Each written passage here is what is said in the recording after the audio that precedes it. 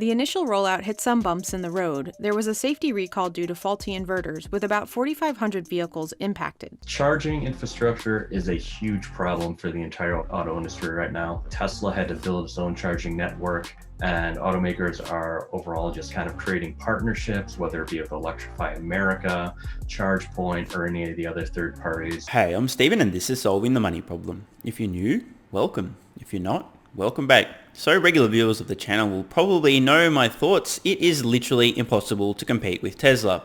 In this video, I'm going to take a slightly different angle and try to look through a slightly different lens as to why this may be. How are we going to do this? Quite simple, by looking at a competing brand, Polestar, a partnership between Volvo and Chinese automaker Geely. The point of this video isn't to shit on Polestar, I wish them all the best.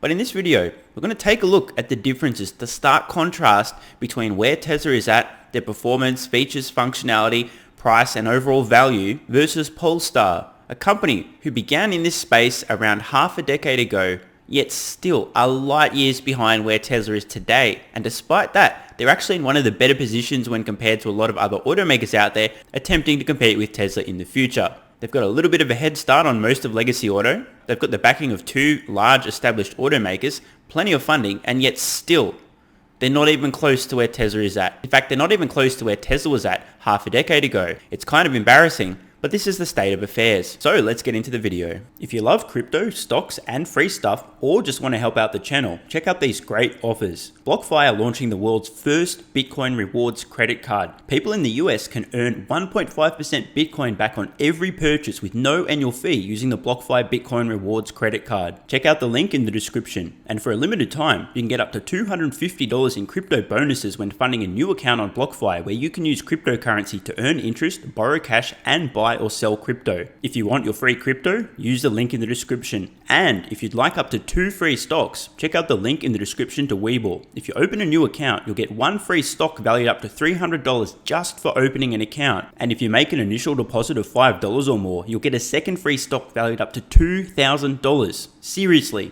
Free stocks? Yes, please. And finally, if you're in Australia, the UK, or New Zealand, you can get a free stock with stake, also linked in the description. Thanks so much for your support, guys. Let's get back to it. Polestar is an electric vehicle startup that broke onto the scene in 2017 with grand ambitions to take on Tesla and become a coveted EV brand. A brand with the mission of guiding Star, a company that would lead the way and show where the modern car industry is going.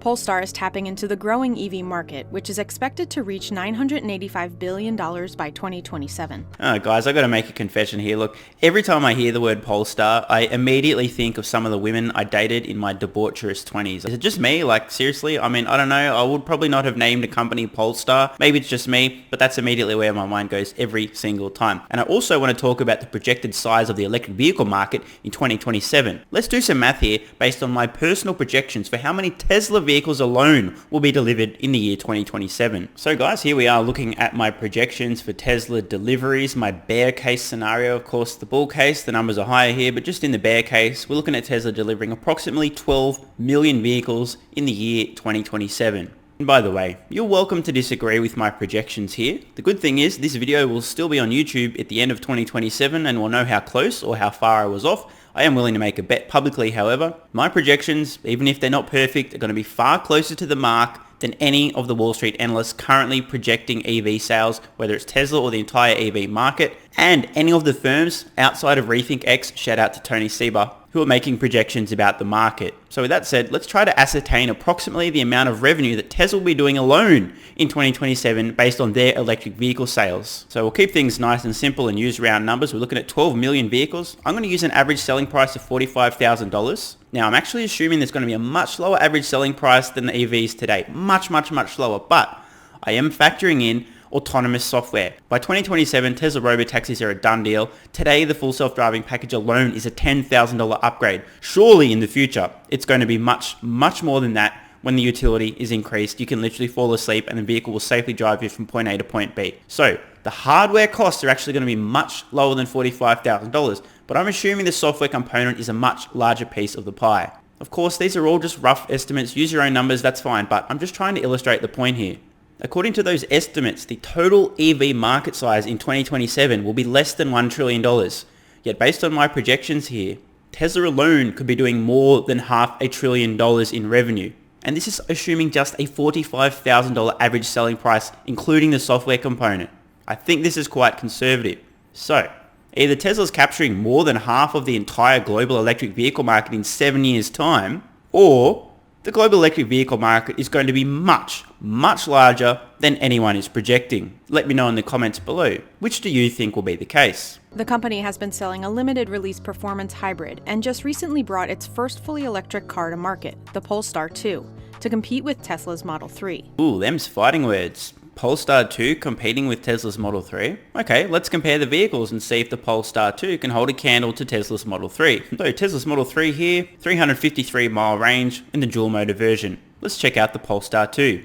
233 miles of range. Okay, wow, so the Model 3 has literally 50% more range. One more time, 50%, actually 51% more range, and good start so far. And here we can see the 0 to 60 time, 4.5 seconds, not great, but hey, it's pretty snappy. Compared to an internal combustion engine vehicle, not too bad. Compared to 3.1 seconds, not quite in the same league. Let's look at price. Vehicle price starting at $59,900. Somehow I'm already at $61,200 without doing anything to customize the vehicle. Oh well, that's awkward. I'm just going to leave everything as is. Destination charge, $1,300. Can someone explain what the fuck that is? Destination charge? I don't understand. I haven't done anything yet. What is this? Am I getting charged extra for the ability to charge? I don't even know. Is this to do with using the charging network? Kind of confused. Okay, so we got $61,200 for a 233 mile range Polestar 2 versus Tesla's Model 3. Now, this isn't exactly an apples for apples comparison. There's multiple variations of Tesla's Model 3. We're looking at the long range here with 353 miles of range, a faster 0 to 60 time, and a much lower purchase price. Maybe you think, you know what, why not make it a little bit easier on Polestar? Let's use the performance version of the Model 3, the absolute jacked, fully maxed out vehicle with ultra high performance. Still a massive difference in terms of range, 315 miles versus 233, almost 100 extra miles of range, and a much snappier 0 to 60 time. And what's the price? Oh, that's right, less than the Polestar 2. Maybe you think, Stephen, this is a little bit unfair. Why don't you use the Standard Range Plus? It's got worse performance. It's got worse range. Surely that's the most fair comparison to the Polestar 2, right? Okay, sure. I'll give you that.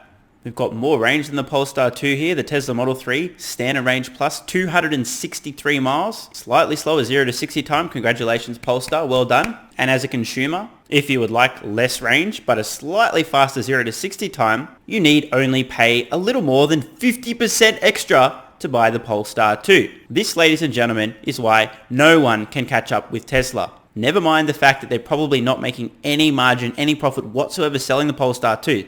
Look at this. Even in the worst case scenario, the Standard Range Plus Tesla Model 3, $39,990 with more range and a comparable 0 to 60 time versus the Polestar 2 with less range, comparable 0 to 60 time, and costing over $60,000. Literally more than 50% higher than Tesla's Model 3 Standard Range Plus. This, ladies and gentlemen, is what's known as an IQ test for consumers. If, as a purchaser, you look at all the available options, and by the way, if you don't, you've already failed the IQ test, and compare them in terms of specs, features, functionality, price, etc., and then you make the decision to pay 50% more for a worse product based on the specs with less range, etc. Now, I will give you that many consumers, in fact, most consumers, make dumb consumer decisions and don't base them on logic and reason, but rather on emotions and having been brainwashed by branding, marketing, and advertising. Of course, the most common counterpoint to this argument is, what if you like the way the Polestar 2 looks, Stephen? That's totally fine, but again, this isn't a logical reason for making a purchasing decision. Lots of consumers make dumb, low IQ purchase decisions. This is the norm. That means that companies and brands like Polestar 2 may actually have a chance at selling some vehicles. But the point that I'm making is, on balance, it is literally a dumb decision to buy a product other than a Tesla at this point in time, because Tesla's technology is so far ahead of everything else out in the marketplace. No one can compete on price, performance, features, and functionality. The Polestar 2 is a perfect example of this. Do you really think the engineers of the Polestar 2 sat around a table and said, hey guys, how can we deliver a vehicle that has far less range than Tesla's Model 3 at a much higher purchase price to customers? That's our goal. How can we do that?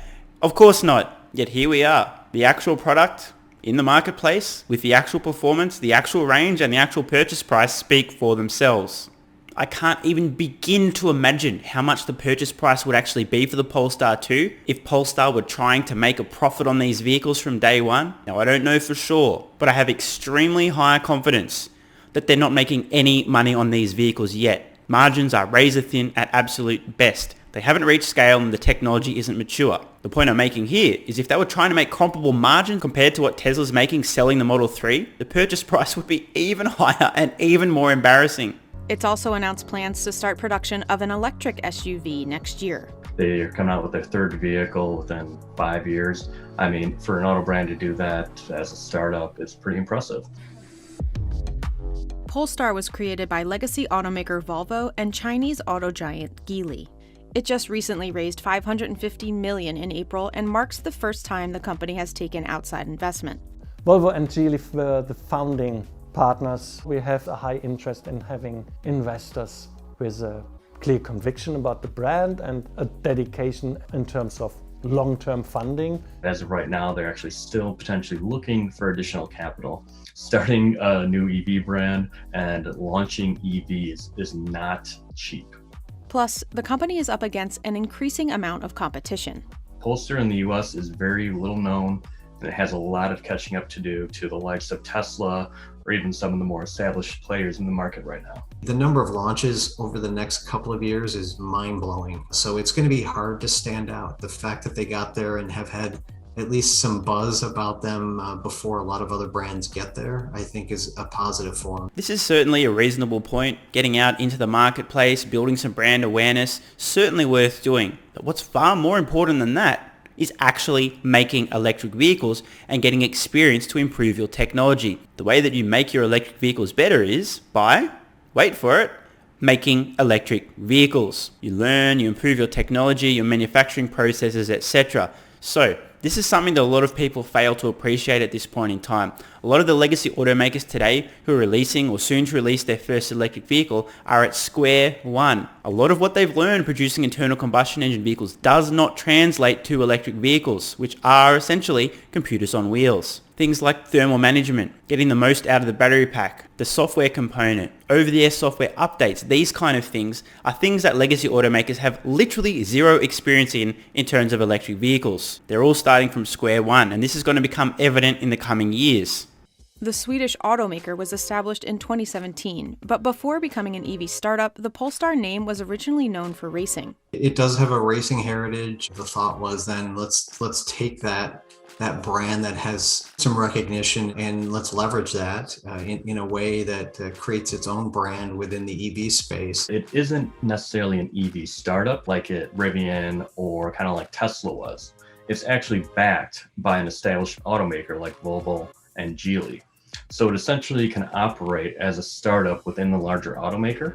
Prior to leading Polestar, its CEO was the head of design at Volvo. Design and making products that are highly desirable and beautiful and have that very strong, powerful Scandinavian design is one of the key elements we have very much in focus. Design, certainly you can see the lineage and the linkage to Volvo, but it also is a unique product and I think a unique offering. We have obviously established ourselves now within European markets, within Asia Pacific, and of course within the Americas.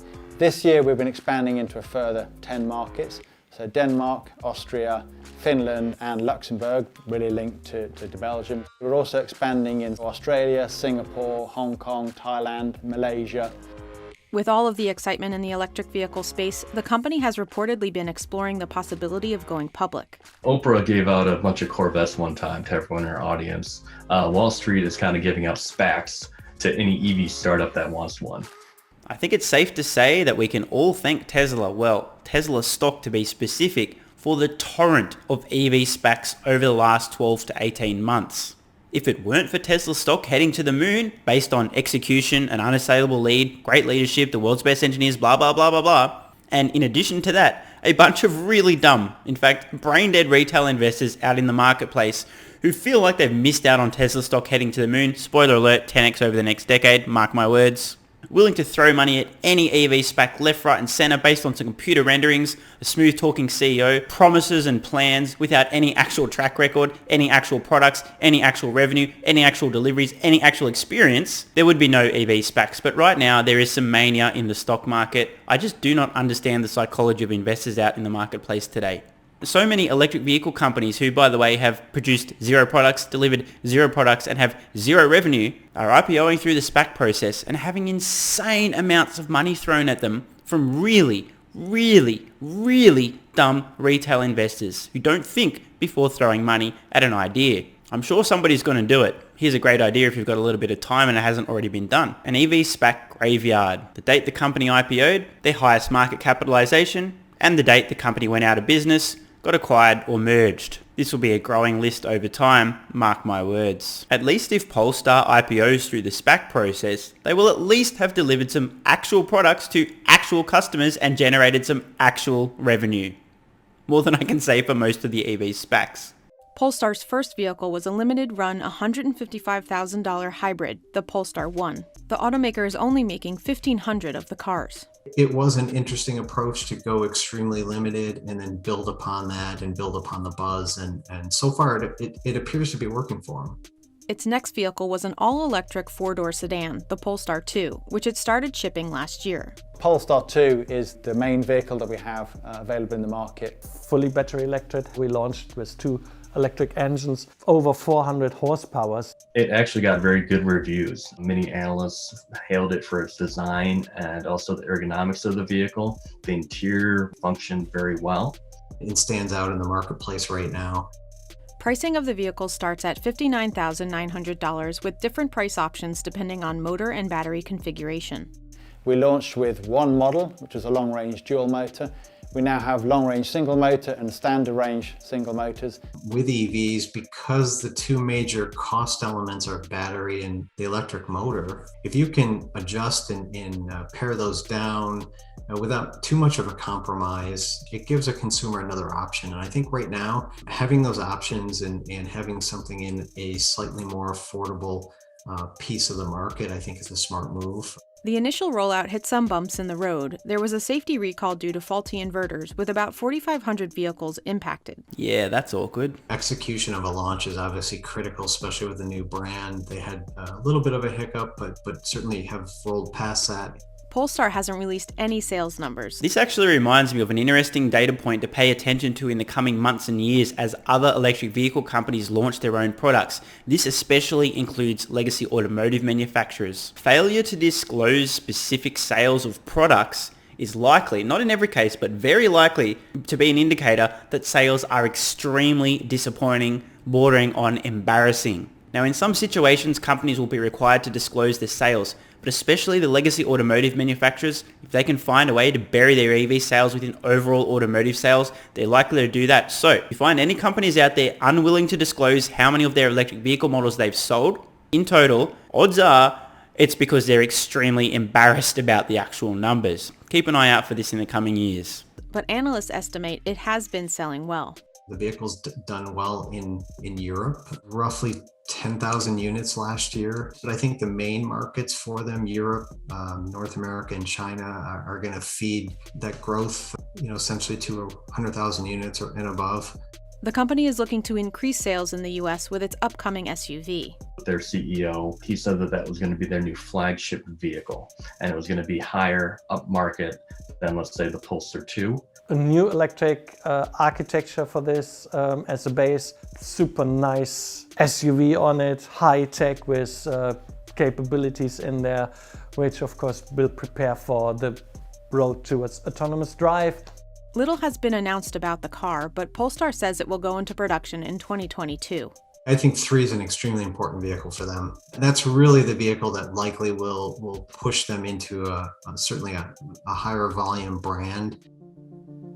The company has also announced 2 additional vehicles for down the line. The Precept, a futuristic concept-looking car, and the Zero project, which is set to be released by 2030. The Polestar Precept was a clear statement of where we wanted to take the design language for the brand moving forward. Project Zero, that was clearly about declaring that moonshot goal of bringing a car that has a zero CO2 burden when it leaves the factory gate. Their commitment to sustainability, it lines up with what consumers and really what the market is interested in right now.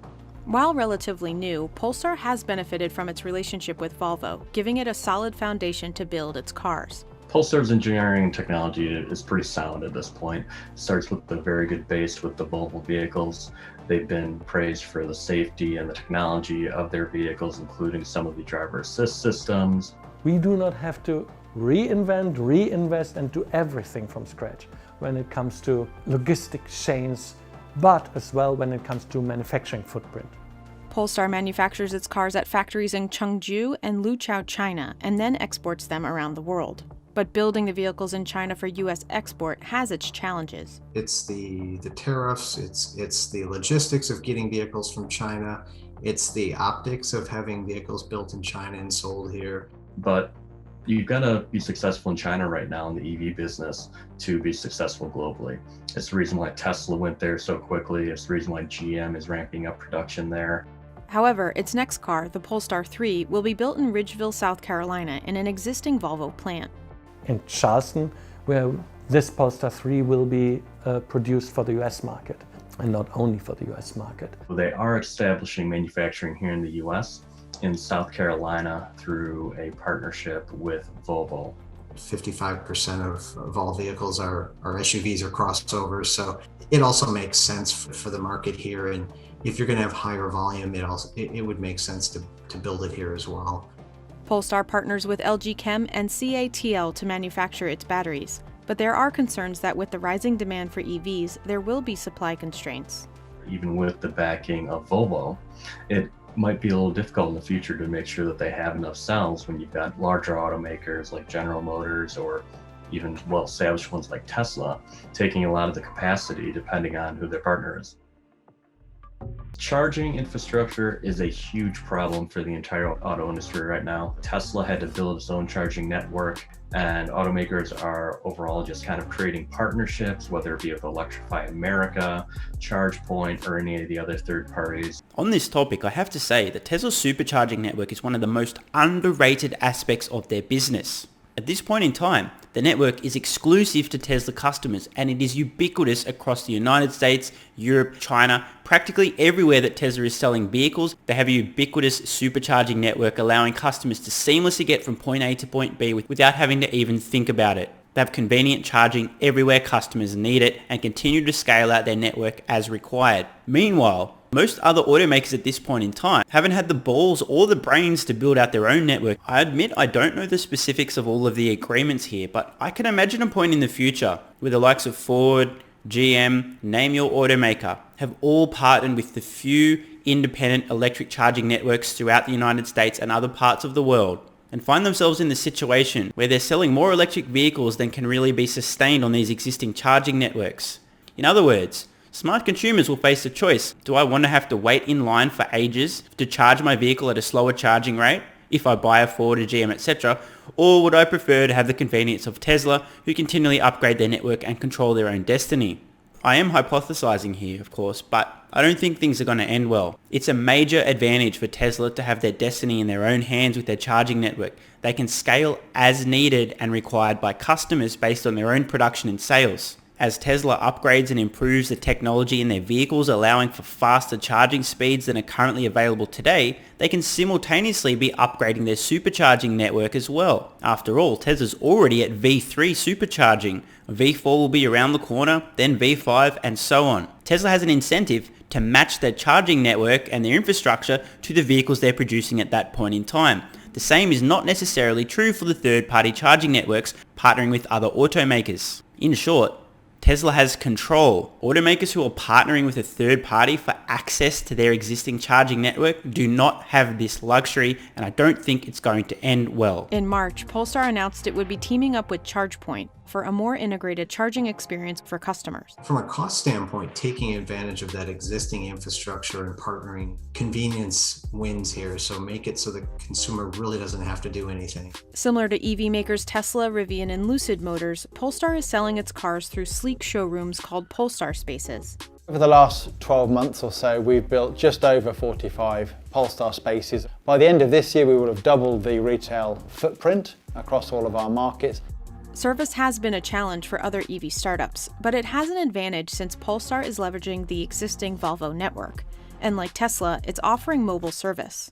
We already have a global network of very highly experienced service outlets for Volvo that from day one we utilise as part of our relationship within each of the markets. While early to market, Polestar will be competing with established players like Tesla, which makes up 79.4% of US EV sales, as well as traditional automakers like GM and Ford introducing their own electric offerings. It's going to be a fiercely competitive market, but I think they have a position that's unique enough that they could carve their space out, and they're in early enough that, again, they can establish themselves. And as Polestar looks to the future, it has big plans. The balance of this year is really about growing now and expanding and accelerating our presence and our volumes. We have to grow that credibility with customers. We're a new brand, new product, for many, many consumers, a new technology. The fact that they have financial backing is a major plus here. We really don't know how a lot of these startups are going to play out. And what really is going to drive a lot of this is consumer demand. And for Polestar to really be successful, they are going to have to establish a lot of things that many of the EV startups are fighting for as well. So I hope you guys have enjoyed this video. I wanted to present one lens through which to look at Tesla and try to understand their absolutely embarrassing, ridiculous, unassailable lead. As I've said and will continue to say until something changes, it's not going to, it is literally impossible for anyone to catch up to Tesla. The only relevant discussion around the so-called competition is who's going to be in 2nd, 12th, 42nd and 69th place. We already know who the winner is. Tesla has won the decade. Let me know in the comments below, who do you think the number 2 electric vehicle maker will be in 10 years time? I'm Stephen Mark Ryan, this is Solving the Money Problem, and I love you all. And don't forget the BlockFi Bitcoin Rewards credit card where you can earn 1.5% Bitcoin back on every purchase. There's a link in the description. You can also earn up to $250 in crypto bonuses when funding a new account on BlockFi, also linked below. And finally, don't forget your free stocks with WeBull and Stake, also linked in the description. These great offers also help out the channel. Thanks so much for watching. Let me know your thoughts in the comments below. And of course, if you have any ideas for future videos, let me know. I read all your comments. P.S. If you're still watching, you're awesome. If you'd like early access, exclusive videos, regular Q&As, our private Discord server and more, consider supporting the channel at patreon.com/solvingthemoneyproblem so I can keep creating content for you guys. There's a link in the description. You can now also become a member of the channel for some exclusive perks. To learn more, click the join button next to subscribe. And don't forget to check out our merch store. Either way, the best form of support is you being here and watching, so thanks again.